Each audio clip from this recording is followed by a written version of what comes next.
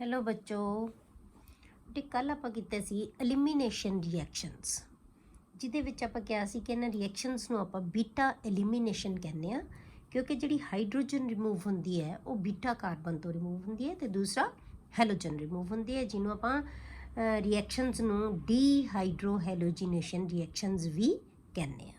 ठीक है, अज आपां बेटे करदे आ रिएक्शन विद मैटल्स। ये नेमिंग रिएक्शनस दे विच बहुत इंपॉर्टेंट रिएक्शनस है बेटे। Most of the organic chlorides bromides and iodides मतलब हैलो एल्केन्स है जिहड़े ਉਹ ਕੁਛ ਕੁ ਮੈਟਲਸ ਦੇ ਨਾਲ ਰਿਐਕਟ ਕਰਦੇ ਆ ਬੇਟੇ ਤੇ ਉਹਨਾਂ ਨੂੰ ਜਿਹੜੇ ਕੰਪਾਊਂਡ ਬਣਾਉਂਦੇ ਆ ਉਹਨਾਂ ਨੂੰ ਕਹਿੰਦੇ ਆ ਅਸੀਂ ਆਰਗੈਨੋਮੈਟੈਲਿਕ ਕੰਪਾਊਂਡਸ। ਆਰਗੈਨੋਮੈਟੈਲਿਕ ਕਿਉਂ ਕਹਿੰਦੇ ਆ ਕਿਉਂਕਿ ਉਹਨਾਂ ਦੇ ਵਿੱਚ ਕਾਰਬਨ ਤੇ ਮੈਟਲ ਦੇ ਵਿਚਕਾਰ ਬੌਂਡ ਬਣ ਜਾਂਦਾ ਹੈ। ਠੀਕ ਹੈ, ਇਸ ਕਰਕੇ ਅਸੀਂ ਉਹਨਾਂ ਨੂੰ ਆਰਗੈਨੋਮੈਟੈਲਿਕ ਕੰਪਾਊਂਡਸ ਕਹਿੰਦੇ ਆ। Most of the organic chlorides, bromides and iodides react with certain metals to give compounds containing carbon metal bonds. Such compounds are known as organometallic compounds. ਤੇ organometallic compounds ਬੇਟੇ ਇੱਕ ਖਾਸ ਕਲਾਸ ਦੇ ਕੰਪਾਊਂਡਸ ਹੈ ਜਿਨ੍ਹਾਂ ਦੇ ਵਿੱਚ ਕਾਰਬਨ ਤੇ ਮੈਟਲ ਦੇ ਵਿਚਕਾਰ ਬੌਂਡ ਬਣਿਆ ਹੋਇਆ ਹੁੰਦਾ ਹੈ। ਕਾਰਬਨ ਤੇ ਮੈਟਲ ਦੇ ਵਿੱਚ ਬੌਂਡ ਬਣਿਆ ਹੋਏਗਾ ਤਾਂ ਅਲੱਗ-ਅਲੱਗ ਮੈਟਲਸ ਦੇ ਨਾਲ ਇਹ ਕੰਪਾਊਂਡ ਰਿਐਕਟ ਕਰਦੇ ਆ।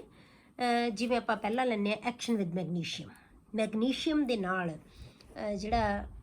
ਜਿਹੜੇ ਅਲਕਾਈਲ ਹੈਲਾਈਡਸ ਹੈ ਜਦੋਂ ਰਿਐਕਟ ਕਰਦੇ ਆ ਤਾਂ ਇਹਦੇ ਨਾਲ ਬੇਟੇ ਇੱਕ ਬਹੁਤ ਹੀ ਇੰਪੋਰਟੈਂਟ ਕੰਪਾਊਂਡ ਬਣਦਾ ਹੈ ਜਿਹਨੂੰ ਅਸੀਂ ਕਹਿੰਦੇ ਹਾਂ ਗ੍ਰਿਗਨੈਡ Regent.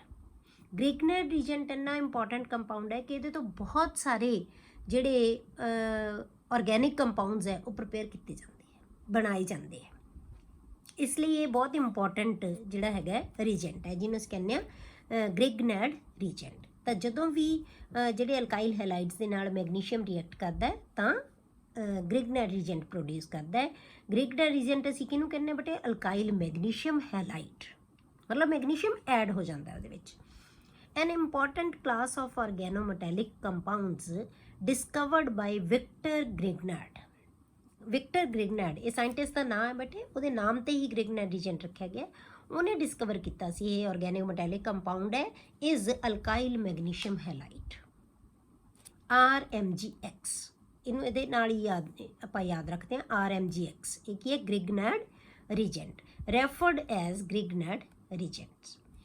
This is obtained by reaction of haloalkanes with magnesium metal in dry ether। ਜਿਹੜਾ ਅਸੀਂ ਡਰਾਈ ਈਥਰ ਦੀ ਪ੍ਰੈਜ਼ੈਂਸ ਦੇ ਵਿੱਚ ਇਹਦਾ ਰਿਐਕਸ਼ਨ ਹੈ ਜਿਹੜਾ ਉਹ ਕਰਦੇ ਆ। RX ਪਲੱਸ ਇਹ ਕੀ ਹੈ ਹੈਲੋ ਅਲਕੇਨ ਹੈ ਪਲੱਸ Mg ਤਾਂ ਕੀ ਆਏਗਾ RMgX। ਆਪਾਂ ਕੀ ਕਿਹਾ ਸੀ ਕਿ R ਦੇ ਨਾਲ ਜਿਹੜਾ ਹੈਗਾ ਮੈਟਲ ਬੌਂਡ ਬਣਾ ਲੈਂਦਾ, ਕਾਰਬਨ ਦੇ ਨਾਲ ਬੌਂਡ ਬਣਾਉਂਦਾ। ਇਹ ਕੀ ਅਲਕਾਈਲ ਗਰੁੱਪ ਹੈ ਜਿੰਨੇ ਮਰਜ਼ੀ ਕਾਰਬਨ ਦਾ ਹੋ ਸਕਦਾ। X ਕੀ ਹੈ ਕਲੋਰੀਨ ਹੈ, ਬ੍ਰੋਮੀਨ ਹੈ, ਆਇਓਡੀਨ ਹੈ। ਕਿਉਂਕਿ ਆਪਾਂ ਪਹਿਲਾਂ ਕਿਹਾ ਕਿ ਕੁਛ ਕੁ ਜਿਹੜੇ ਹੈਗੇ ਆ ਅਲਕਾਈਲ ਹੈਲਾਈਡਸ ਦੇ ਵਿੱਚੋਂ ਕਿਹੜੇ ਕਰਦੇ react chloride bromides and iodides. तो ये की बन गया बेटे अल्काइल मैगनीशियम हैलाइड। इन्हों असी ग्रिगनैड रीजेंट कहते हैं। जे आप एग्जाम्पल लीए बेटे दी जिमें आप 2 कार्बन का कंपाउंड ले लिया CH3CH2Br प्लस Mg तो की बनेगा CH3CH2Br Mg। इथाइल आप अल्काइल मैगनीशियम हैलाइड क्या सी तो की बनेगा ethyl magnesium bromide. Ethyl magnesium bromide Grignard reagent. R है जिहड़ा बेटे वो चेंज हो सकता है, जिहड़ा मर्जी आर है जिहड़ा वो हो सकता है। हुण जे आपां RMgX दे विच जिहड़े बॉन्ड देखीए बेटे जिहड़ा कार्बन ते मैगनीशियम दा बॉन्ड हुंदा है, मैगनीशियम ते कार्बन दे विचकार जिहड़ा है तुसीं R ते Mg दा जिहड़ा बॉन्ड है वो कोवेलेंट नेचर दा हुंदा है बट हाईली पोलर। क्यों? क्योंकि Mg है जिहड़ा बेटे दी टेंडेंसी हुंदी है तो लूज इलैक्ट्रॉन, ये दोनों नूं इलैक्ट्रॉन अपना लूज कर दिंदा है।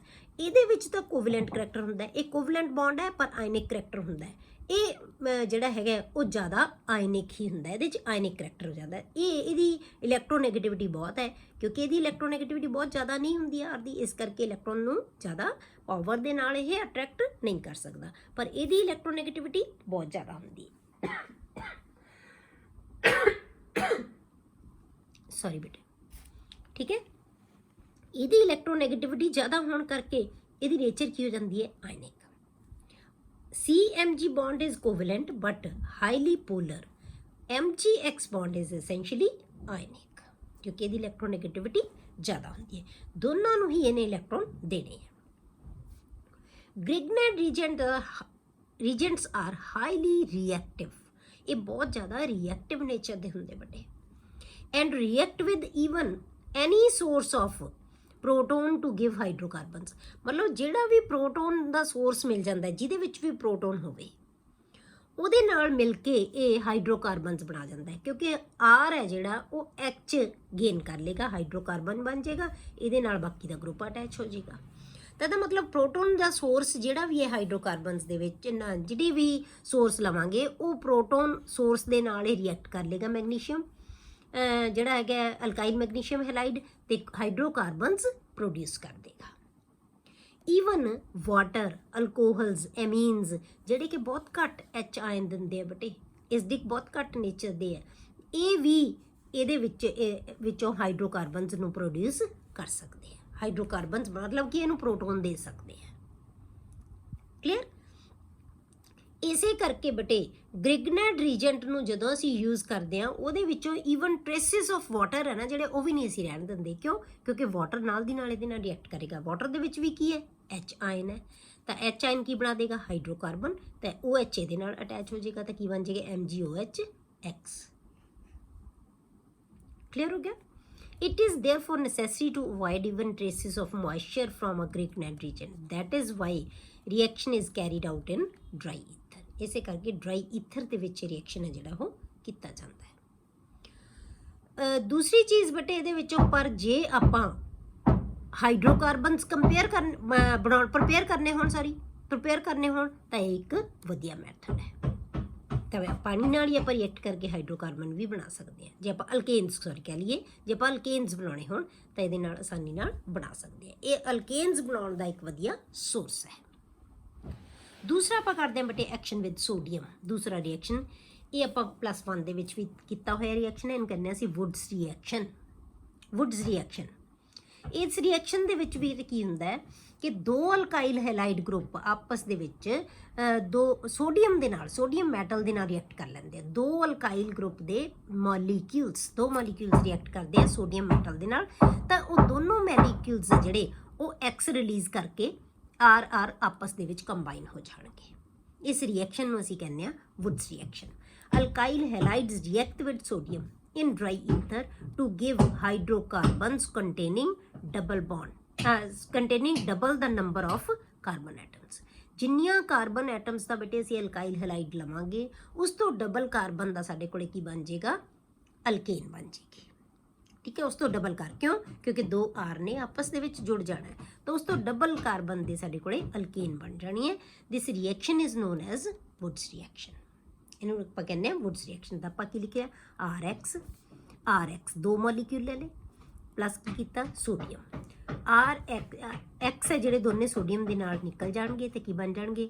NaX ਪਲੱਸ ਕੀ ਆ ਜਾਏਗਾ? RR, ਅਲਕੇਨ ਬਣ ਜਾਏਗੀ। ਜਿੰਨੇ ਆਰ ਲਵਾਂਗੇ, ਜਿਹੜਾ ਆਰ ਹੋਏਗਾ ਜਿੰਨੇ ਕਾਰਬਨ ਦਾ, ਉਸ ਤੋਂ ਡਬਲ ਕਾਰਬਨ ਦਾ ਸਾਡੇ ਕੋਲੇ ਅਲਕੇਨ ਬਣ ਜਾਏਗਾ। ਠੀਕ ਹੈ, ਐਗਜ਼ਾਮਪਲ ਜਿਵੇਂ ਆਪਾਂ ਲਈਏ CH3CH2Br ਪਲੱਸ Na, ਤਾਂ ਇਹਦੇ ਦੋ ਮੋਲੀਕਿਊਲ ਆਪਸ ਦੇ ਵਿੱਚ ਆਪਾਂ ਜਿਹੜੇ ਦੋ ਮੋਲੀਕਿਊਲ ਲਏ ਆ, ਦੋਨੋਂ ਮੋਲੀਕਿਊਲ ਦੇ ਵਿੱਚ ਆਰ ਹੈ ਜਿਹੜੇ ਆਪਸ ਦੇ ਵਿੱਚ ਕੰਬਾਈਨ ਹੋ ਜਾਣਗੇ, ਤੇ Br ਹੈ ਜਿਹਦਾ ਕਿਹਦੇ ਨਾਲ? Na ਦੇ ਨਾਲ ਬਾਈ ਪ੍ਰੋਡਕਟ ਬਣਾ ਲੇਗਾ NaBr। ਦੋ ਮੋਲੀਕਿਊਲਸ ਬਣ ਜਾਣਗੇ ਇਹਦੇ, ਤਾਂ ਇਹ ਕੀ ਬਣ ਗਿਆ? ਬਿਊਟੇਨ। ਅਸੀਂ ਇਥਾਈਲ ਬ੍ਰੋਮਾਈਡ ਕਿੰਨੇ ਕਾਰਬਨ ਦਾ ਲਿਆ ਸੀ ਬੇਟੇ? 2 ਕਾਰਬਨ ਦਾ, ਪਰ ਸਾਡੇ ਕੋਲੇ ਜਿਹੜੀ ਇਹ ਅਲਕੇਨ ਬਣੀ ਹੈ ਉਹ ਕਿੰਨੇ ਕਾਰਬਨ ਦੀ ਬਣ ਗਈ? 4 ਕਾਰਬਨ ਦੀ। ਆਪਾਂ ਕਿਹਾ ਸੀ ਕਿ ਡਬਲ ਨੰਬਰ, ਕਿਉਂ ਡਬਲ ਹੀ ਬਣਨਾ ਹੈ ਜਦੋਂ ਦੋ ਗਰੁੱਪਸ ਨੇ ਆਪਸ ਦੇ ਵਿੱਚ ਅਟੈਚ ਹੋ ਜਾਣਾ ਹੈ। ਠੀਕ ਹੈ, ਇਹ ਸੋਡੀਅਮ ਦੇ ਨਾਲ। ਅਗਲਾ ਹੈਗਾ ਬੇਟੇ reaction with sodium lead alloy. Sodium lead alloy ਦੇ ਨਾਲ ਵੀ ਇਹ ਰਿਐਕਟ ਕਰ ਲੈਂਦਾ ਹੈ। ਅਲਕਾਈਲ ਹੈਲਾਈਡਸ ਹੈ ਜਿਹੜੇ, ਅਲਕਾਈਲ ਹੈਲਾਈਡ ਆਪਾਂ ਲੈ ਲਿਆ, ਉਹੀ ਐਗਜ਼ਾਮਪਲ ਲੈ ਲਈ CH3CH2Br plus NaPb। Lead, sodium ਤੇ ਲੈਡ ਦੀ ਅਸੀਂ ਐਮਲਗਮ ਲੈ ਲਈ, ਐਲੋਏ ਲੈ ਲਈ ਸੀ। ਠੀਕ ਹੈ, ਐਲੋਏ ਲੈ ਲਈ। ਠੀਕ ਹੈ, ਇਹ ਆਪਸ ਦੇ ਵਿੱਚ ਇਹਦੇ ਨਾਲ ਰਿਐਕਟ ਕਰਨਗੇ ਤੇ ਕੀ ਹੈ? 4 ਇਹ ਗਰੁੱਪਸ ਨੇ, ਆਰ ਗਰੁੱਪਸ ਨੇ 4, ਕਿਹਦੇ ਨਾਲ ਅਟੈਚ ਹੋ ਜਾਣਾ? Pb ਦੇ ਨਾਲ। ਟੈਟਰਾ ਇਥਾਈਲ ਲੈਡ, ਇਹਨੂੰ ਅਸੀਂ ਕਹਿੰਦੇ ਟੈਟਰਾ ਇਥਾਈਲ ਲੈਡ, ਜਿਹਨੂੰ ਟੈਲ ਕਹਿੰਦੇ ਅਸੀਂ TEL, ਟੈਟਰਾ ਇਥਾਈਲ ਲੈਡ। ਇਹ ਇੱਕ ਬਹੁਤ ਇੰਪੋਰਟੈਂਟ ਕੰਪਾਊਂਡ ਹੈ ਬੇਟੇ, ਜਿਹਨੂੰ ਅਸੀਂ ਐਂਟੀ ਨੌਕਿੰਗ ਰੀਜੈਂਟ ਕਹਿੰਦੇ ਆ। Anti knocking Regent tetra ਇਥਾਈਲ lead, ਇਹਨੂੰ ਯੂਜ਼ ਕੀਤਾ ਜਾਂਦਾ ਬੇਟੇ ਗੈਸੋਲੀਨ ਦੇ ਵਿੱਚ। ਜਿਹੜੀ ਗੈਸੋਲੀਨ ਜਿਹੜੇ ਆਟੋਮੋਬਾਈਲਸ ਨੂੰ ਚਲਾਉਂਦੀ ਹੈ ਉਹਦੇ ਵਿੱਚ ਐਂਟੀ ਨੌਕਿੰਗ ਏਜੰਟ ਵਜੋਂ ਯੂਜ਼ ਕੀਤਾ ਜਾਂਦਾ ਹੈ। TEL is used as an anti knocking agent in gasoline used for running automobiles. ਹੁਣ ਐਂਟੀ ਨੌਕਿੰਗ ਏਜੰਟ ਅਸੀਂ ਕਿਹਨੂੰ ਕਹਿੰਦੇ ਹਾਂ ਬੇਟੇ, ਇਹਦੇ ਬਾਰੇ ਤੁਹਾਨੂੰ ਪਤਾ ਹੋਏਗਾ ਕਿ ਜਿਹੜੇ ਆਟੋਮੋਬਾਈਲਸ ਚੱਲਦੇ ਹੈ ਉਹਨਾਂ ਦੇ ਵਿੱਚ ਜਿਹੜੇ ਹਾਈਡਰੋਕਾਰਬਨਸ ਹੈ ਨਾ ਬੇਟੇ, ਉਹਨਾਂ ਦੀ ਡੀਕੰਪੋਜੀਸ਼ਨ ਹੁੰਦੀ ਰਹਿੰਦੀ ਹੈ, ਡੀਕੰਪੋਜ਼ ਹੋ ਕੇ ਬਰਨ ਹੁੰਦੇ ਰਹਿੰਦੇ ਆ, ਜਿਹਦੇ ਨਾਲ ਜਿਹੜਾ ਸਾਡਾ ਇੰਜਨ ਹੈ ਉਹ ਚੱਲਦਾ ਰਹਿੰਦਾ ਹੈ। ਕਈ ਵਾਰੀ ਹਾਈਡਰੋਕਾਰਬਨਸ ਦੀ ਕੰਪਲੀਟ ਕੰਬਸ਼ਨ ਨਹੀਂ ਹੁੰਦੀ, ਠੀਕ ਹੈ, ਉਹਦੇ ਵਿੱਚ ਜਿਹੜੇ ਜਿਨ੍ਹਾਂ ਦੀ ਕੰਬਸ਼ਨ ਨਹੀਂ ਹੁੰਦੀ ਉਹ ਹਾਈਡਰੋਕਾਰਬਨਸ ਬਚ ਜਾਂਦੇ, ਉਹ ਜਮ੍ਹਾਂ ਹੋਣ ਲੱਗ ਜਾਂਦੇ ਆ, ਜਿਹੜੇ ਕਿ ਇੰਜਨ ਦੀ ਐਫੀਸ਼ੀਐਂਸੀ ਨੂੰ ਘਟਾ ਦਿੰਦੇ ਆ, ਠੀਕ ਹੈ, ਉਹਨੂੰ ਅਸੀਂ ਨੌਕਿੰਗ ਕਹਿ ਦਿੰਦੇ ਹਾਂ। ਨੌਕਿੰਗ ਹੋ ਜਾਂਦੀ ਹੈ ਗੈਸੋਲੀਨ ਦੀ। ਹੁਣ ਉਹਦੇ ਨਾਲ ਐਫੀਸ਼ੀਐਂਸੀ ਘਟ ਗਈ, ਅਸੀਂ ਕੀ ਕਰਦੇ ਹਾਂ ਉਹਦੇ ਵਿੱਚ ਜਿਹੜੇ ਹਾਈਡਰੋਕਾਰਬਨਸ ਅਨਬਰਨਡ ਰਹਿੰਦੇ ਹੈ ਉਹਨਾਂ ਦੀ ਕੰਬਸ਼ਨ ਨੂੰ, ਕਿਉਂਕਿ ਕਈ ਹਾਈਡਰੋਕਾਰਬਨਸ ਦਾ ਕਿਉਂਕਿ ਮਿਕਸਚਰ ਗੈਸੋਲੀਨ ਦੇ ਵਿੱਚ ਹਾਈਡਰੋਕਾਰਬਨਸ ਦਾ ਮਿਕਸਚਰ ਹੁੰਦਾ, ਕਈ ਜਿਹੜੇ ਹਾਈਡਰੋਕਾਰਬਨਸ ਆ ਉਹਨਾਂ ਦਾ ਬੋਇਲਿੰਗ ਪੁਆਇੰਟ ਘੱਟ ਹੁੰਦਾ ਹੈ, ਕਈਆਂ ਦਾ ਜ਼ਿਆਦਾ ਹੁੰਦਾ ਹੈ, ਕਈ ਛੇਤੀ ਜਲ ਜਾਂਦੇ ਆ, ਕਈ ਦੇਰੀ ਨਾਲ ਚੱਲਦੇ ਆ, ਇਨੀਸ਼ੀਅਲ ਟੈਂਪਰੇਚਰ ਚਾਹੀਦਾ ਉਹਨਾਂ ਨੂੰ, ਠੀਕ ਹੈ। ਤਾਂ ਉਹਦੇ ਵਾਸਤੇ ਕੀ ਹੈ ਕਿ ਅਸੀਂ ਜਦੋਂ ਐਂਟੀ ਨੌਕਿੰਗ ਏਜੰਟ ਐਡ ਕਰ ਦਿੰਦੇ ਹਾਂ ਨਾ, ਤਾਂ ਉਹ ਕੀ ਕਰਦਾ ਹੈ ਇੰਜਨ ਦੀ ਐਫੀਸ਼ੀਐਂਸੀ ਨੂੰ ਵਧਾ ਦਿੰਦਾ ਹੈ। ਇਹ ਕੀ ਕਰਦਾ ਹੈ ਟੈਂਪਰੇਚਰ ਨੂੰ ਵਧਾ ਦਿੰਦਾ ਹੈ। ਟੈਂਪਰੇਚਰ ਦੇ ਵਧਣ ਨਾਲ ਜਿਹੜੇ ਅਨਬਰਨਡ ਸਾਡੇ ਹਾਈਡਰੋਕਾਰਬਨ ਹੈ ਉਹ ਵੀ ਕੀ ਹੋ ਜਾਂਦੇ ਆ, ਜਲ ਜਾਂਦੇ ਆ। ਤਾਂ ਉਹਦੇ ਨਾਲ ਇੰਜਨ ਦੀ ਜਿਹੜੀ ਚੀਜ਼ ਡਿਪੋਜ਼ਿਟ ਹੋਈ ਸੀ, ਜਿਹਨੇ ਇੰਜਨ ਦੀ ਐਫੀਸ਼ੀਐਂਸੀ ਨੂੰ ਘਟਾਤਾ ਸੀ, ਤਾਂ ਉਹਨੇ ਕੀ ਕਰਨਾ ਹੈ ਉਹਦੀ ਐਫੀਸ਼ੀਐਂਸੀ ਨੂੰ ਵਧਾ ਦੇਗਾ। ਤਾਂ ਐਫੀਸ਼ੀਐਂਸੀ ਹੈ ਜਿਹੜੀ ਫਿਊਲ ਦੀ, ਉਹ ਅਸੀਂ ਕਾਹਦੇ ਨਾਲ ਮਾਪਦੇ ਹਾਂ ਬੇਟੇ, ਆਕਟੇਨ ਨੰਬਰ ਨਾਲ। ਆਕਟੇਨ ਨੰਬਰ ਹੈ ਜਿਹੜਾ ਉਹ ਉਹਦੇ ਨਾਲ ਮੈਜ਼ਰ ਕੀਤੀ ਜਾਂਦੀ ਹੈ। ਤਾਂ ਇਹਦਾ ਮਤਲਬ ਕਿ ਐਂਟੀ ਨੌਕਿੰਗ ਏਜੰਟ ਹੈ ਨਾ ਜਿਹੜਾ, ਉਹ ਆਕਟੇਨ ਨੰਬਰ ਹੈ ਜਿਹੜਾ ਉਹ ਚੇਂਜ ਕਰ ਦਿੰਦਾ ਹੈ, ਮਤਲਬ ਕਿ ਐਫੀਸ਼ੀਐਂਸੀ ਨੂੰ ਵਧਾ ਦਿੰਦਾ ਹੈ। ਕਿਵੇਂ ਕਰੇਗਾ, ਕਿਉਂਕਿ ਟੈਂਪਰੇਚਰ ਨੂੰ ਵਧਾ ਦੇਗਾ। ਕਲੀਅਰ ਹੋ ਗਿਆ। ਤਾਂ ਆਪਾਂ ਕੀ ਕਹਿ ਸਕਦੇ ਹਾਂ ਕਿ ਐਂਟੀ ਨੌਕਿੰਗ ਏਜੰਟ ਹੈ ਜਿਹੜਾ ਉਹ ਕਿਉਂ ਐਡ ਕੀਤਾ ਜਾਂਦਾ ਹੈ, to increase the efficiency of the engine, efficiency ਨੂੰ ਵਧਾਉਣ ਵਾਸਤੇ। ਗੈਸੋਲੀਨ ਦੀ ਕਹਿ ਲਓ ਤੁਸੀਂ, ਜਿਹੜੀ ਐਫੀਸ਼ੀਐਂਸੀ ਤਾਂ ਇੰਜਨ ਦੀ ਵਧੇਗੀ ਨਾ, ਕਿਉਂਕਿ ਜੇ ਪੈਟਰੋਲ ਜਿਹੜਾ ਫਿਊਲ ਹੈ ਜੇ ਉਹਦੀ ਐਫੀਸ਼ੀਐਂਸੀ ਜ਼ਿਆਦਾ ਹੈ, ਉਹਦੀ ਐਫੀਸ਼ੀਐਂਸੀ ਵਧੀਆ ਹੈ, ਤਾਂ ਫਿਰ ਕੀ ਹੈ ਇੰਜਨ ਵੀ ਵਧੀਆ ਹੀ ਹੋਏਗਾ। ਤਾਂ ਇਹਦੀ ਐਫੀਸ਼ੀਐਂਸੀ ਨੂੰ ਵਧਾਉਣ ਵਾਸਤੇ, ਜਿਹੜੀ ਗੈਸੋਲੀਨ ਦੀ ਐਫੀਸ਼ੀਐਂਸੀ ਹੈ ਉਹਨੂੰ ਵਧਾਉਣ ਵਾਸਤੇ ਆਪਾਂ ਕੀ ਕਰਦੇ ਹਾਂ, ਉਹਦੇ ਵਿੱਚ ਐਂਟੀ ਨੌਕਿੰਗ ਏਜੰਟ ਐਡ ਕਰ ਦਿੰਦੇ ਹਾਂ। ਕਲੀਅਰ ਹੋ ਗਿਆ। ਇਹ ਇੱਕ ਇੰਪੋਰਟੈਂਟ ਕੰਪਾਊਂਡ ਹੈ। ਇਹ ਸੀ ਬੇਟੇ ਰਿਐਕਸ਼ਨ ਵਿਦ ਮੈਟਲਸ। ਹੁਣ ਇਹਦੇ ਨਾਲ ਰਿਲੇਟਡ ਪਿੱਛੇ ਜਿਹੜਾ ਆਪਾਂ ਪੜ੍ਹਿਆ ਉਹਦੇ ਨਾਲ ਰਿਲੇਟਡ ਕੁਐਸਚਨ ਇੱਕ, ਜਿਵੇਂ ਆਪਾਂ ਕਹਿੰਦੇ ਆਇਡੈਂਟੀ, ਤੁਹਾਡੇ ਜਿਹੜੇ ਉਹ ਕੁਐਸਚਨ ਬੇਟੇ ਇਹਦੇ ਵਿੱਚ ਮੈਂ ਡਿਸਕਸ ਕਰਦੀ ਹੁੰਦੀ ਹਾਂ ਜਿਹੜੇ ਤੁਹਾਨੂੰ NCERT ਦੇ ਵਿੱਚ ਗਿਵਨ ਹੁੰਦੇ ਆ, ਠੀਕ ਹੈ, ਨਾਲ ਚੈਪਟਰ ਦੇ ਉਹ ਬੜੇ ਆ। Identify chiral and achiral molecules in the following pair of compounds. ਹੁਣ ਤੁਹਾਨੂੰ ਪੇਅਰਸ ਆਫ ਕੰਪਾਊਂਡ ਦਿੱਤੇ 3, ਇਹਨਾਂ ਦੇ ਵਿੱਚ ਤੁਸੀਂ ਦੱਸਣਾ ਹੈ ਕਿ ਚਿਰਲ ਮੋਲੀਕਿਊਲ ਕਿਹੜਾ ਹੈ ਤੇ ਏਚਿਰਲ ਮੋਲੀਕਿਊਲ ਕਿਹੜਾ ਹੈ। ਏਚਿਰਲ ਕਿਹਨੂੰ ਕਹਿੰਦਾ, ਜਿਹਦੇ ਵਿੱਚ ਸਾਰੇ ਗਰੁੱਪਸ ਡਿਫਰੈਂਟ ਨਹੀਂ ਹੋਣਗੇ। ਚਿਰਲ ਮੋਲੀਕਿਊਲ ਕਿਹਨੂੰ ਕਹਿੰਦੇ ਬੇਟੇ, ਜਿਸ ਵਿੱਚ ਕਾਰਬਨ ਦੇ ਨਾਲ ਇੱਕ ਕਾਰਬਨ ਇਹੋ ਜਿਹੀ ਹੋਏਗੀ ਜਿਹਦੇ ਨਾਲ ਸਾਰੇ ਗਰੁੱਪਸ ਅਟੈਚਡ ਡਿਫਰੈਂਟ ਹੋਣਗੇ। ਹੁਣ ਆਪਾਂ ਇਹਦੇ ਵਿੱਚ ਦੇਖਦੇ ਹਾਂ, ਸੀ ਦੇ ਨਾਲ HCH3BrOH, ਇਹਦਾ ਮਤਲਬ ਕੀ ਹੈ, ਇਹ ਚਿਰਲ ਹੈ। ਇਹਦੇ ਵਿੱਚ ਕੀ ਹੈ, ਸੀ ਦੇ ਨਾਲ HCH3Br 2 ਆ ਗਏ, ਇਹਦਾ ਮਤਲਬ ਇਹ ਚਿਰਲ ਹੈ। ਆਹ ਵਾਲਾ ਕੰਪਾਊਂਡ ਚਿਰਲ ਹੈ। First is ਚਿਰਲ। ਬੀ ਦੇ ਵਿੱਚ ਜੇ ਆਪਾਂ ਦੇਖੀਏ, ਇਹ ਕਾਰਬਨ ਲੈ ਲਿਆ ਆਪਾਂ, ਇਹਦੇ ਨਾਲ ਇੱਕ ਪਾਸੇ OH, ਇੱਕ ਪਾਸੇ H, ਇੱਕ ਪਾਸੇ CH3, ਇੱਕ ਪਾਸੇ 3 ਕਾਰਬਨ ਦਾ ਕੰਪਾਊਂਡ, 1 2 3 3 ਕਾਰਬਨ ਦਾ ਕੰਪਾਊਂਡ। ਤਾਂ ਇਹ ਕੀ ਹੋ ਗਿਆ, ਚਿਰਲ। ਇਹਦੇ 'ਚ ਦੇਖੀਏ ਜੇ ਆਪਾਂ ਆ ਕਾਰਬਨ, ਕਿਉਂਕਿ ਇਹਦੇ ਨਾਲ ਤਾਂ ਇੱਕ ਪਾਸੇ ਕਾਰਬਨ ਹੈ, ਇਸ ਪਾਸੇ ਵੀ ਕਾਰਬਨ ਹੈ, ਤੇ ਬਾਕੀ ਤਾਂ 2 H ਹੋਣਗੇ। ਜਿੱਥੇ ਨਹੀਂ ਲਗਾਇਆ ਹੁੰਦਾ ਇਹਦਾ ਮਤਲਬ H ਹੈ। ਇਹ ਨਹੀਂ ਹੋ ਸਕਦਾ, ਇਹ ਵੀ ਨਹੀਂ ਹੋ ਸਕਦਾ। ਇਹਨੂੰ ਦੇਖਦੇ ਆਪਾਂ, ਇਹ ਕਾਰਬਨ ਦੇ ਨਾਲ ਇੱਕ ਪਾਸੇ ਕੀ ਹੈ, 2 ਕਾਰਬਨ ਦਾ ਕੰਪਾਊਂਡ, ਇੱਕ ਪਾਸੇ 2 ਕਾਰਬਨ ਦਾ, ਇਹ ਵੀ ਨਹੀਂ ਹੋ ਸਕਦਾ। ਇਹਦਾ ਮਤਲਬ ਇਹ ਕੀ ਹੈ, ਇਹ ਚਿਰਲ। ਇਹ ਚਿਰਲ ਕਿਉਂਕਿ ਇਹਦੇ ਵਿੱਚ ਇੱਕ ਕਾਰਬਨ ਹੈ ਜਿਹਦੇ ਸਾਰੇ ਗਰੁੱਪ ਡਿਫਰੈਂਟ ਹੈ। ਕਲੀਅਰ। ਅਗਲਾ ਦੇਖਦੇ ਹਾਂ ਆਪਾਂ ਗਰੁੱਪ ਬੇਟੇ, ਜਿਹੜਾ ਕੰਪਾਊਂਡ CH3CHBr। ਹੁਣ ਆਪਾਂ ਇਸ ਕਾਰਬਨ ਨੂੰ ਦੇਖੀਏ, ਕਿਉਂਕਿ ਬਾਕੀਆਂ ਦੇ ਸਾਨੂੰ ਦਿਸੀ ਜਾਂਦੇ ਆ ਕਿ 2H ਹੈ, 3H ਹੈ, ਤਾਂ ਹੋ ਹੀ ਨਹੀਂ ਸਕਦੇ। ਜਿੱਥੇ ਵੀ 2H ਲਿਖਤਾ ਤਾਂ ਮਤਲਬ 2H ਅਟੈਚਡ ਹੈ ਇਹਦੇ ਨਾਲ, ਤਾਂ ਸੇਮ ਤਾਂ ਹੋ ਹੀ ਨਹੀਂ ਸਕਦਾ। ਹੁਣ ਇਸ ਕਾਰਬਨ 'ਤੇ ਆ ਜਾਓ, ਇਹਦੇ ਇੱਕ ਪਾਸੇ CH3, ਇੱਕ ਪਾਸੇ Br, ਇੱਕ ਪਾਸੇ H, ਇੱਕ ਪਾਸੇ C2H CH2CH3 ਇਹਦਾ ਮਤਲਬ C2H5 ਇਹ ਅਟੈਚਡ ਹੈ, ਇਹਦਾ ਮਤਲਬ ਇਹ ਚਿਰਲ ਮੋਲੀਕਿਊਲ ਹੋ ਗਿਆ। ਹੁਣ ਇਹਦੇ ਵਿੱਚ ਇਹ ਦੇਖੀਏ, ਇਹਦਾ ਸੈਕੰਡ ਦੇਖੀਏ ਜੇ ਆਪਾਂ, ਠੀਕ ਹੈ, ਸੈਕੰਡ ਮੋਲੀਕਿਊਲ ਦੇਖੀਏ ਜਿਹਦਾ ਇਹ ਆ ਗਿਆ, ਇਹ ਨਹੀਂ ਹੋ ਸਕਦਾ, ਇਹ ਨਹੀਂ ਹੋ ਸਕਦਾ, ਇਹ ਨਹੀਂ ਹੋ ਸਕਦਾ, ਕਿਉਂਕਿ ਸਾਰਿਆਂ ਦੇ ਵਿੱਚ H2, ਇਹ ਵੀ ਨਹੀਂ ਹੋ ਸਕਦਾ ਕਿਉਂਕਿ ਇਹਦੇ ਵਿੱਚ ਵੀ ਕੀ ਹੈ, H2 ਹੈਗੇ ਲੱਗੇ ਹੋਏ, ਇੱਕ ਤਰ੍ਹਾਂ ਦੇ ਦੋ ਗਰੁੱਪ ਨਹੀਂ ਹੋ ਸਕਦੇ, ਤਾਂ ਇਹਦਾ ਮਤਲਬ ਇਹ ਚਿਰਲ ਹੈ। ਕਲੀਅਰ ਹੋ ਗਿਆ? ਇਹ ਸਿੰਪਲ ਜਿਹਾ ਕੁਐਸਚਨ ਸੀਗਾ। ਅਗਲਾ ਬੇਟੇ ਟੌਪਿਕ ਹੈ ਉਹ ਆਪਾਂ ਡਿਸਕਸ ਕਰਦੇ ਹਾਂ ਰਿਐਕਸ਼ਨਸ ਆਫ ਹੈਲੋਐਰੀਨਸ। ਹੁਣ ਤੱਕ ਜਿਹੜੇ ਆਪਾਂ ਰਿਐਕਸ਼ਨ ਕੀਤੇ ਆ ਬੇਟੇ, ਉਹ ਕਿਹਨਾਂ ਦੇ ਰਿਐਕਸ਼ਨ ਕੀਤੇ ਆਪਾਂ? ਹੈਲੋ ਅਲਕੇਨਸ ਦੇ ਰਿਐਕਸ਼ਨ ਕੀਤੇ ਆ, ਠੀਕ ਹੈ, ਜਿਹਦੇ ਵਿੱਚ ਆਪਾਂ ਕਿਹਾ ਸੀ ਕਿ 3 ਤਰ੍ਹਾਂ ਦੇ ਆਪਾਂ ਰਿਐਕਸ਼ਨਸ ਡਿਸਕਸ ਕਰਾਂਗੇ। ਨਿਊਕਲੀਓਫਿਲਿਕ ਸਬਸਟੀਟਿਊਸ਼ਨ, ਉਸ ਤੋਂ ਬਾਅਦ ਆਪਾਂ ਕੀਤੇ ਐਲੀਮੀਨੇਸ਼ਨ ਰਿਐਕਸ਼ਨ, ਉਸ ਤੋਂ ਬਾਅਦ ਆਪਾਂ ਕੀਤੇ ਰਿਐਕਸ਼ਨ ਵਿਦ ਮੈਟਲਸ। ਇਹਦੇ ਵਿੱਚ ਆਪਾਂ ਕਰਦੇ ਹਾਂ ਰਿਐਕਸ਼ਨ ਵਿਦ ਹੈਲੋਐਰੀਨਸ। ਹੁਣ ਹੈਲੋਐਰੀਨਸ ਹੈ ਨਾ ਬੇਟੇ, ਉਹ ਹੈਲੋ ਐਲਕੇਨਸ ਦੇ ਕੰਪੈਰੇਟਿਵਲੀ ਬਹੁਤ ਜ਼ਿਆਦਾ ਘੱਟ ਰਿਐਕਟਿਵ ਹੁੰਦੇ ਆ ਟੂਵਰਡਸ ਨਿਊਕਲੀਓਫਿਲਿਕ ਸਬਸਟੀਟਿਊਸ਼ਨ ਰਿਐਕਸ਼ਨ, ਕਿਉਂਕਿ ਆਪਾਂ ਹੈਲੋ ਐਲਕੇਨਸ ਦੇ ਵਿੱਚ ਜਿਹੜੇ ਮੇਨ ਰਿਐਕਸ਼ਨ ਕੀਤੇ ਹੈ ਉਹ ਕਿਹਨਾਂ ਦੇ ਕੀਤੇ ਹੈ? ਨਿਊਕਲੀਓਫਿਲਿਕ ਸਬਸਟੀਟਿਊਸ਼ਨ ਰਿਐਕਸ਼ਨਸ। ਮੇਨ ਆਪਾਂ ਚੈਪਟਰ ਦੇ ਵਿੱਚ ਇਹੀ ਕੀਤੇ ਹੈ। ਪਰ ਨਿਊਕਲੀਓਫਿਲਿਕ ਸਬਸਟੀਟਿਊਸ਼ਨ ਰਿਐਕਸ਼ਨਸ ਹੈ ਨਾ ਜਿਹੜੇ ਹੈਲੋਐਰੀਨਸ ਦੇ ਵਿੱਚ, ਉਹਨਾਂ ਦੀ ਰਿਐਕਟਿਵਿਟੀ ਬਹੁਤ ਘੱਟ ਹੁੰਦੀ ਹੈ। Aryl halides are extremely less reactive towards nucleophilic substitution reactions due to the following reason। ਆਪਾਂ ਰੀਜ਼ਨ ਦਿੱਤੇ ਹੈ ਕੁਛ ਕੁ ਜਿਹਦੇ ਕਰਕੇ ਇਹਨਾਂ ਦੀ ਰਿਐਕਟਿਵਿਟੀ ਹੈ ਜਿਹੜੀ ਬਹੁਤ ਘੱਟ ਹੋਏਗੀ ਟੂਵਰਡਸ ਨਿਊਕਲੀਓਫਿਲਿਕ ਸਬਸਟੀਟਿਊਸ਼ਨ ਰਿਐਕਸ਼ਨਸ। ਪਹਿਲਾਂ ਆਪਾਂ ਲੈਂਦੇ ਹਾਂ ਬੇਟੇ ਰੈਜ਼ੋਨੈਂਸ ਇਫੈਕਟ। ਆਪਾਂ ਲੈ ਲਿਆ ਅਲਕਾਈਲ, ਜਿਹੜਾ ਆਪਾਂ ਐਰਾਈਲ ਹੈਲਾਈਡ ਲੈ ਲਿਆ, ਐਰਾਈਲ ਕਲੋਰਾਈਡ ਲੈ ਲਿਆ ਆਪਾਂ। ਕਲੀਅਰ? ਸਾਨੂੰ ਪਤਾ ਹੈ ਕਿ ਕਲੋਰੀਨ ਦੇ ਕੋਲ 7 ਇਲੈਕਟ੍ਰੋਨਸ ਹੁੰਦੇ, 6 ਇਲੈਕਟ੍ਰੋਨ ਪਏ, ਇੱਕ ਇਹਦੇ ਨਾਲ ਸ਼ੇਅਰ ਕਰ ਲਿਆ ਨੇ। ਇਹ ਆ ਗਿਆ ਤੁਹਾਡੇ ਕੋਲੇ ਐਰਾਈਲ ਕਲੋਰਾਈਡ। ਕਲੀਅਰ? ਕਲੋਰੋਬੈਂਜ਼ੀਨ ਆਪਾਂ ਜਿਹਨੂੰ ਕਹਿੰਦੇ ਆ। ਇਹਦੇ ਵਿੱਚ ਹੁਣ ਰੈਜ਼ੋਨੈਂਸ ਕਿਵੇਂ ਹੋ ਜਾਂਦੀ ਹੈ? ਇਹ ਆਪਣਾ ਪੇਅਰ ਆਫ ਇਲੈਕਟ੍ਰੋਨ ਇਹਨੂੰ ਡੋਨੇਟ ਕਰ ਦਿੰਦਾ ਹੈ, ਆ ਪਾਈ ਪੇਅਰ ਆਫ ਇਲੈਕਟ੍ਰੋਨ ਇੱਥੇ ਸ਼ਿਫਟ ਹੋ ਜਾਂਦਾ ਹੈ। ਤਾਂ ਹੁਣ ਇਹਦੇ ਵਿੱਚ ਕੀ ਆ ਗਿਆ ਬੇਟੇ? ਡਬਲ ਬੌਂਡ ਕਰੈਕਟਰ ਆ ਗਿਆ।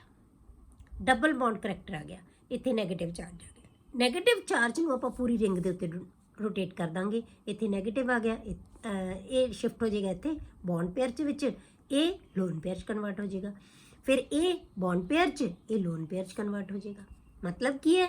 ਨੈਗੇਟਿਵ ਚਾਰਜ ਆ ਗਿਆ ਤੁਹਾਡੇ ਕੋਲੇ ਆਰਥੋ ਤੇ ਪੈਰਾ ਪੋਜੀਸ਼ਨਸ ਦੇ ਉੱਤੇ। ਹੁਣ ਅਸੀਂ ਕੀ ਦੇਖਦੇ ਹਾਂ ਬੇਟੇ? ਅਸੀਂ ਤਾਂ ਸਬਸਟੀਟਿਊਸ਼ਨ ਦੇਖਣੀ ਹੈ ਕਿ ਇਸ ਗਰੁੱਪ ਨੂੰ ਸਬਸਟੀਟਿਊਟ ਕਰਨਾ ਹੈ ਕਿਸੇ ਨਿਊਕਲੀਓਫਾਈਲ ਨੇ। ਉਹ ਸਬਸਟੀਟਿਊਟ ਕਿਵੇਂ ਕਰੇਗਾ? ਜੇ ਇਹਨੂੰ ਰਿਮੂਵ ਕਰੇਗਾ, ਇਹਨੂੰ ਅਸੀਂ ਲਿਵਿੰਗ ਗਰੁੱਪ ਕਹਿੰਦੇ ਆ। ਇਹ ਗਰੁੱਪ ਜਾਏਗਾ ਤਾਂ ਉਹਦੀ ਥਾਂ ਤੇ ਨਵਾਂ ਗਰੁੱਪ ਆਏਗਾ। ਹੁਣ ਇਹਦੀ ਰਿਐਕਟਿਵਿਟੀ, ਇਹਨੂੰ ਕੋਈ ਗਰੁੱਪ ਸਬਸਟੀਟਿਊਟ ਕਿਉਂ ਨਹੀਂ ਕਰ ਸਕਦਾ? ਕਿਉਂਕਿ ਇਹਦੇ ਵਿੱਚ ਡਬਲ ਬੌਂਡ ਕਰੈਕਟਰ ਆ ਜਾਂਦਾ ਹੈ। ਡਬਲ ਬੌਂਡ ਕਰੈਕਟਰ ਆਉਣ ਕਰਕੇ ਇਹਨੂੰ ਜਿਹੜਾ ਬੌਂਡ ਦੀ ਬ੍ਰੇਕਿੰਗ ਹੈ ਨਾ, ਉਹ ਮੁਸ਼ਕਿਲ ਹੋ ਜਾਂਦੀ ਹੈ। ਇਹ ਆਸਾਨੀ ਨਾਲ ਇਹਨੂੰ ਅਸੀਂ ਬੌਂਡ ਨੂੰ ਤੋੜ ਨਹੀਂ ਸਕਦੇ, ਇਹਦੀ ਕਲੀਵੇਜ ਹੈ ਜਿਹੜੀ ਮੁਸ਼ਕਿਲ ਹੋ ਜਾਂਦੀ ਹੈ। ਤੇ ਜਿੰਨੀ ਕਲੀਵੇਜ ਮੁਸ਼ਕਿਲ ਹੋਏਗੀ, ਉਨੀ ਰਿਐਕਟਿਵਿਟੀ ਹੈ ਜਿਹੜੀ ਕੀ ਹੋਏਗੀ? ਘੱਟ ਹੋਏਗੀ ਉਹਦੀ। Clear? Due to resonance CCl bond acquires a partial double bond character.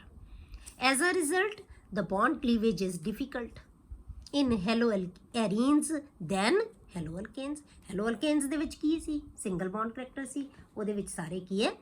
Bond ਨੂੰ ਆਸਾਨੀ ਨਾਲ ਅਸੀਂ ਬ੍ਰੇਕ ਕਰ ਸਕਦੇ ਹਾਂ। ਪਰ ਇਹਦੇ ਵਿੱਚ ਡਬਲ ਬੌਂਡ ਕਰੈਕਟਰ ਆ ਜਾਂਦਾ। ਸਾਨੂੰ ਪਤਾ ਹੈ ਕਿ ਡਬਲ ਬੌਂਡ ਨੂੰ ਉਹਦੀ ਬੌਂਡ ਲੈਂਥ ਸ਼ਾਰਟ ਹੋ ਜਾਂਦੀ ਹੈ, ਤਾਂ ਉਹਨੂੰ ਬ੍ਰੇਕ ਕਰਨਾ ਮੁਸ਼ਕਿਲ ਹੋ ਜਾਂਦਾ ਹੈ।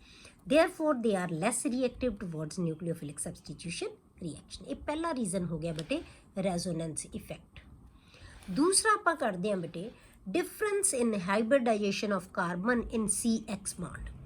CX ਬੌਂਡ ਲੈਂਦੇ ਹਾਂ। CX ਬੌਂਡ ਬੇਟੇ ਹੈਲੋਐਰੀਨਸ ਦੇ ਵਿੱਚ ਵੀ ਹੋਏਗਾ ਤੇ CX ਬੌਂਡ ਹੈਲੋ ਐਲਕੇਨਸ ਦੇ ਵਿੱਚ ਵੀ ਹੋਏਗਾ। ਹੁਣ ਜੇ ਆਪਾਂ ਕਾਰਬਨ ਦੀ ਹਾਈਬ੍ਰਿਡਾਈਜੇਸ਼ਨ ਦੇਖੀਏ ਦੋਨਾਂ ਦੇ ਵਿੱਚ, ਹੈਲੋਐਰੀਨਸ ਦੇ ਵਿੱਚ ਵੀ ਤੇ ਹੈਲੋ ਐਲਕੇਨਸ ਦੇ ਵਿੱਚ ਵੀ। ਹੈਲੋਐਰੀਨਸ ਦੇ ਵਿੱਚ ਕਾਰਬਨ ਹੈ ਜਿਹੜੀ ਉਹ ਕੀ ਹੈ ਬੇਟੇ? sp2 ਹਾਈਬ੍ਰਿਡਾਈਜ਼ਡ ਹੈ।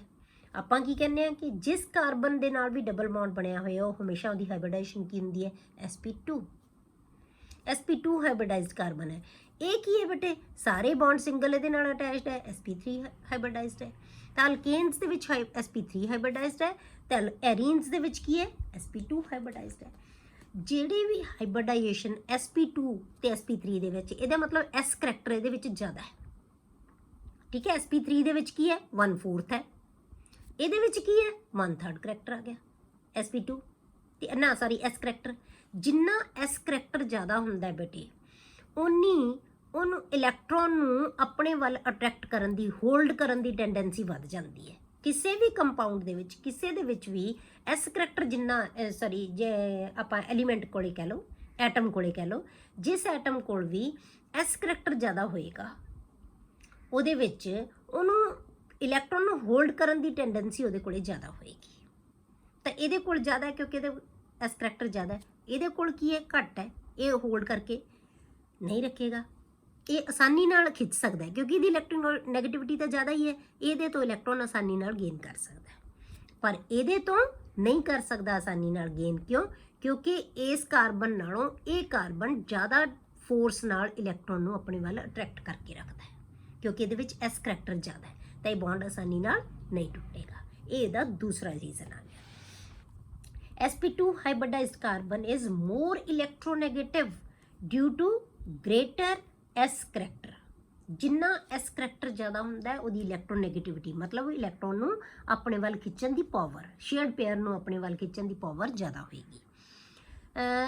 And can hold the electron pair more tightly than sp3 hybridized carbon in haloalkanes with less s character। ਇਹਦੇ ਵਿੱਚ s character ਘੱਟ ਹੈ, ਇਹ ਜ਼ਿਆਦਾ ਪਾਵਰ ਨਾਲ ਇਲੈਕਟ੍ਰੋਨ ਨੂੰ ਹੋਲਡ ਨਹੀਂ ਕਰੇਗਾ, ਇਹ ਜ਼ਿਆਦਾ ਪਾਵਰ ਨਾਲ ਹੋਲਡ ਕਰੇਗਾ।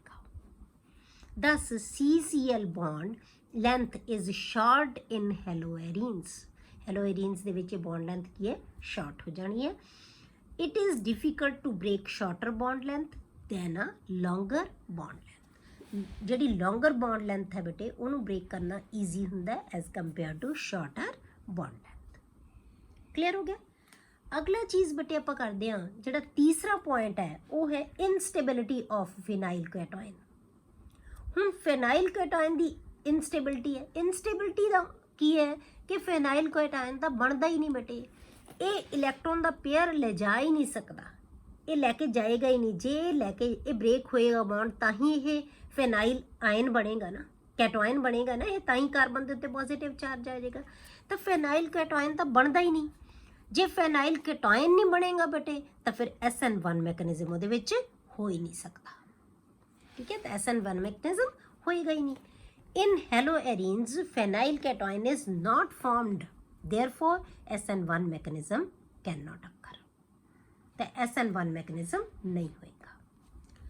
ਲਾਸਟ ਪੁਆਇੰਟ ਹੈ ਜਿਹੜਾ ਬੇਟਾ ਜਿਹਦੇ ਕਰਕੇ ਇਹਦੀ ਜਿਹੜੀ ਰਿਐਕਸ਼ਨ ਹੈ ਜਾਂ ਰਿਐਕਟਿਵਿਟੀ ਹੈ ਉਹ ਘੱਟ ਹੁੰਦੀ ਹੈ, ਉਹ ਕੀ ਹੈ ਕਿ ਜਿਹੜਾ ਇਹ ਹੈ ਸਾਡੇ ਕੋਲੇ ਐਰੀਨ, ਇਹ ਵੀ ਇਲੈਕਟ੍ਰੋਨ ਰਿਚ ਸਪੀਸ਼ੀਜ਼ ਹੈ, ਤੇ ਜਿਹੜਾ ਆਉਣ ਵਾਲਾ ਨਿਊਕਲੀਓਫਾਈਲ ਹੈ ਜਿਹੜਾ ਇਹਦੇ ਤੇ ਇਹਨੂੰ ਸਬਸਟੀਟਿਊਟ ਕਰੇਗਾ ਉਹ ਵੀ ਕੀ ਹੋਏਗਾ ਬੇਟੇ? ਨਿਊਕਲੀਓਫਾਈਲ ਹੈ ਉਹ ਵੀ ਇਲੈਕਟ੍ਰੋਨ ਰਿਚ ਹੋਏਗਾ। ਤਾਂ ਦੋਨਾਂ ਦੇ ਵਿੱਚ ਇਲੈਕਟ੍ਰੋਨ ਕੀ ਹੋਏਗੀ? ਰਿਪਲਸ਼ਨ ਹੋ ਜਾਏਗੀ। ਇਲੈਕਟ੍ਰੋਨ ਰਿਚ ਜਿਹੜੇ ਫਿਨਾਈਲ ਗਰੁੱਪ ਹੈ ਜਾਂ ਐਰੀਨ ਹੈ, ਤੇ ਜਿਹੜਾ ਹੋਏਗਾ ਤੁਹਾਡੇ ਕੋਲੇ ਨਿਊਕਲੀਓਫਾਈਲ ਉਹ ਵੀ ਕੀ ਹੈ? ਇਲੈਕਟ੍ਰੋਨ ਰਿਚ ਹੈ। ਤਾਂ ਦੋਨਾਂ ਦੀ ਰਿਪਲਸ਼ਨ ਹੈ ਨਾ ਜਿਹੜੀ, ਉਹ ਵੀ ਉਹਨੂੰ ਕੀ ਹੈ? ਲੈਸ ਰਿਐਕਟਿਵ ਬਣਾਉਂਦੀ ਹੈ। Because of the possible repulsion, electron-rich nucleophile will not approach closely to electron-rich anion। ਤਾਂ ਜਿਹੜਾ ਆਉਣ ਵਾਲਾ ਨਿਊਕਲੀਓਫਾਈਲ ਹੈ ਉਹ ਵੀ ਇਲੈਕਟ੍ਰੋਨ ਰਿਚ ਹੋਏਗਾ, ਐਰੀਨ ਵੀ ਕੀ ਹੈ? ਇਲੈਕਟ੍ਰੋਨ ਰਿਚ ਹੈ, ਤਾਂ ਇਹਨੂੰ ਅਪਰੋਚ ਹੀ ਨਹੀਂ ਕਰ ਸਕੇਗਾ। ਕਿਉਂ? ਕਿਉਂਕਿ ਦੋਨਾਂ ਦੇ ਵਿੱਚ ਰਿਪਲਸ਼ਨ ਹੋ ਜਾਂਦੀ ਹੈ। Clear? Thus haloarenes are less reactive towards substitution reactions than haloalkanes। ਇਸ ਕਰਕੇ ਜਿਹੜੇ ਹੈਲੋਐਰੀਨਸ ਹੈ ਨਾ ਬੇਟੇ ਉਹ ਹੈਲੋਅਲਕੇਨਸ ਦੇ ਕੰਪੈਰੀਟਿਵਲੀ ਜਿਹੜੇ ਹੈਗੇ ਆ ਉਹ ਲੈਸ ਰਿਐਕਟਿਵ ਹੁੰਦੇ ਆ ਐਜ਼ ਕੰਪੇਅਰ ਟੂ ਹੈਲੋਅਲਕੇਨਸ। ਕਲੀਅਰ? ਫਿਰ ਵੀ ਬੇਟੇ ਆਪਾਂ ਕਹਿੰਦੇ ਆ ਕਿ ਇਹ ਰੀਜ਼ਨਸ ਕਰਕੇ ਇਹਦੀ ਰਿਐਕਟਿਵਿਟੀ ਘੱਟ ਹੁੰਦੀ ਹੈ, ਪਰ ਡਰਾਸਟਿਕ ਕੰਡੀਸ਼ਨਸ ਦੇ ਵਿੱਚ ਫਿਰ ਵੀ ਜਿਹੜੇ electrophilic substitution reaction ਨਿਊਕਲੀਓਫਿਲਿਕ substitution reaction ਹੈ ਐਰੀਨਸ ਦੇ ਵਿੱਚ ਫਿਰ ਵੀ ਪੋਸੀਬਲ ਹੁੰਦੇ ਹੈ। ਉਹ ਰਿਐਕਸ਼ਨਸ ਕਿਹੜੇ ਹੈ ਉਹ ਆਪਾਂ ਦੇਖਦੇ ਹਾਂ। ਹੁਣ ਸਭ ਤੋਂ ਪਹਿਲਾ ਜਿਹੜਾ ਰਿਐਕਸ਼ਨ ਆਪਾਂ ਲੈਂਦੇ ਹਾਂ, under drastic conditions aryl halides undergo substitution reaction. Drastic conditions ਦੇ ਵਿੱਚ ਵੀ ਆਪਾਂ ਕੀ ਹੈ ਮਤਲਬ ਕੰਡੀਸ਼ਨਸ ਚੇਂਜ ਕਰ ਦਿੰਦੇ ਹਾਂ, ਜ਼ਿਆਦਾ ਟੈਂਪਰੇਚਰ ਲੈ ਲਾਂਗੇ, ਜ਼ਿਆਦਾ ਪ੍ਰੈਸ਼ਰ ਲੈ ਲਾਂਗੇ ਤਾਂ ਫਿਰ ਇਹ ਬੌਂਡ ਦੀ ਕਲੀਵੇਜ ਹੋ ਜਾਏਗੀ। ਤਾਂ ਡਰਾਸਟਿਕ ਕੰਡੀਸ਼ਨਸ ਦੇ ਵਿੱਚ ਆਪਾਂ ਇਹਨਾਂ ਦੀ ਸਬਸਟੀਟਿਊਸ਼ਨ ਰਿਐਕਸ਼ਨਸ ਹੋ ਜਾਂਦੇ ਹੈ। ਤਾਂ ਉਹ ਕਿਹੜੇ ਰਿਐਕਸ਼ਨਸ ਹੈ।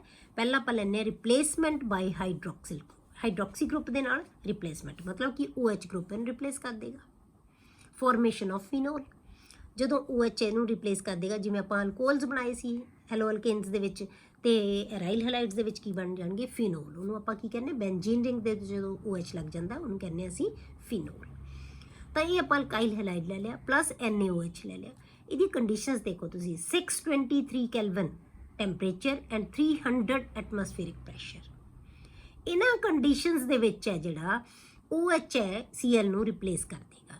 ਸਭ ਤੋਂ ਪਹਿਲਾਂ ਕੀ ਹੈ, ਉਹ Na ਬਣਾਏਗਾ, ਸੋਡੀਅਮ ਫੇਨੋਕਸਾਈਡ, ਇਹ ਇੰਟਰਮੀਡੀਏਟ ਬਣਦਾ ਹੈ। ਫਿਰ ਇਹ OH ਦੇ ਵਿੱਚ ਕਨਵਰਟ ਹੋ ਜਾਏਗਾ। ਇਹ ਡੋਜ਼ ਪ੍ਰੋਸੈਸ ਦਾ, ਅਲਕੋਹਲਸ ਦੇ ਵਿੱਚ ਆਪਾਂ ਡੋਜ਼ ਪ੍ਰੋਸੈਸ ਕਰਾਂਗੇ। ਇਸ ਪ੍ਰੋਸੈਸ ਦੇ ਨਾਲ ਆਪਾਂ ਅਲਕੋਹਲਸ ਫਿਨੋਲਸ ਬਣਾਉਂਦੇ ਹਾਂ। ਤਾਂ ਇਹ ਡੋਜ਼ ਪ੍ਰੋਸੈਸ ਦਾ ਬੇਸ ਹੈ।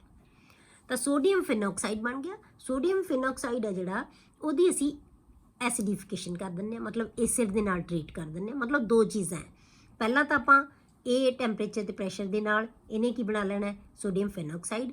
ਐਸਿਡ ਦੀ ਪ੍ਰੈਜ਼ੈਂਸ ਦੇ ਵਿੱਚ ਇਹ ਕੀ ਬਣਾ ਲੇਗਾ, OH। ਐਸਿਡ ਤੋਂ H ਆਇਨ ਗੇਨ ਕਰ ਲੇਗਾ, ਉਹ ਹੈ ਜਿਹੜਾ OH ਆ ਜਾਏਗਾ, ਪ੍ਰੋਟੋਨ ਗੇਨ ਕਰ ਲੇਗਾ ਇਹ ਕਹਿ ਲਓ। ਤਾਂ ਇਹਨੇ ਕੀ ਬਣਾ ਲੈਣਾ, OH, ਫਿਨੋਲ ਬਣ ਜਾਏਗਾ। ਕਲੀਅਰ। ਦੂਸਰਾ ਆਪਾਂ ਕਰਦੇ ਹਾਂ ਬੇਟੇ ਸਬਸਟੀਟਿਊਸ਼ਨ ਬਾਈ ਸਾਈਨੋ ਗਰੁੱਪ।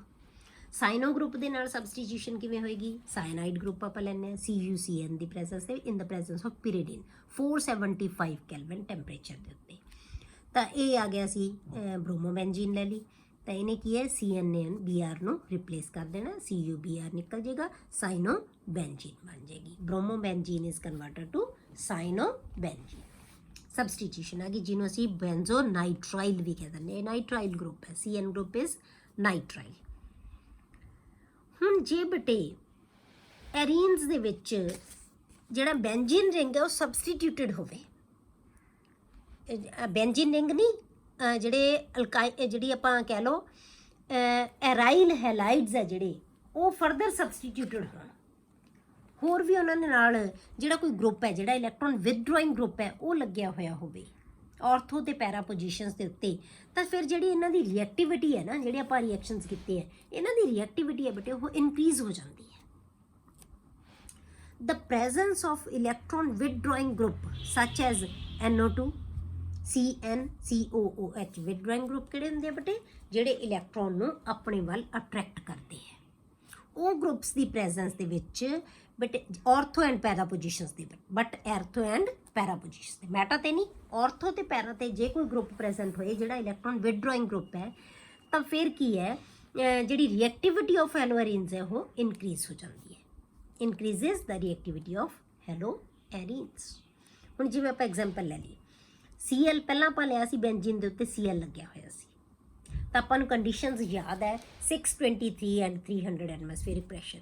ਪਰ ਜੇ ਬੇਟੇ ਇਸੇ ਕਲੋਰੋਬੈਂਜ਼ੀਨ ਦੇ ਨਾਲ ਨਾਈਟ੍ਰੋ ਗਰੁੱਪ ਵੀ ਲੱਗਿਆ ਹੋਵੇ, ਨਾਈਟ੍ਰੋ ਕਲੋਰੋਬੈਂਜ਼ੀਨ ਹੋਵੇ ਜੇ, ਠੀਕ ਹੈ, ਤਾਂ ਉਹਦੇ ਪ੍ਰੈਜ਼ੈਂਸ ਦੇ ਵਿੱਚ ਫਿਰ ਕੀ ਹੋਏਗਾ, NaOH ਆਪਾਂ ਐਡ ਤਾਂ NaOH ਹੀ ਕੀਤਾ ਸੀ, ਉੱਤੇ ਵੀ ਸੀ NaOH ਹੀ ਐਡ ਕੀਤਾ ਸੀ, ਪਰ ਕੰਡੀਸ਼ਨਸ ਇਹ ਸੀ।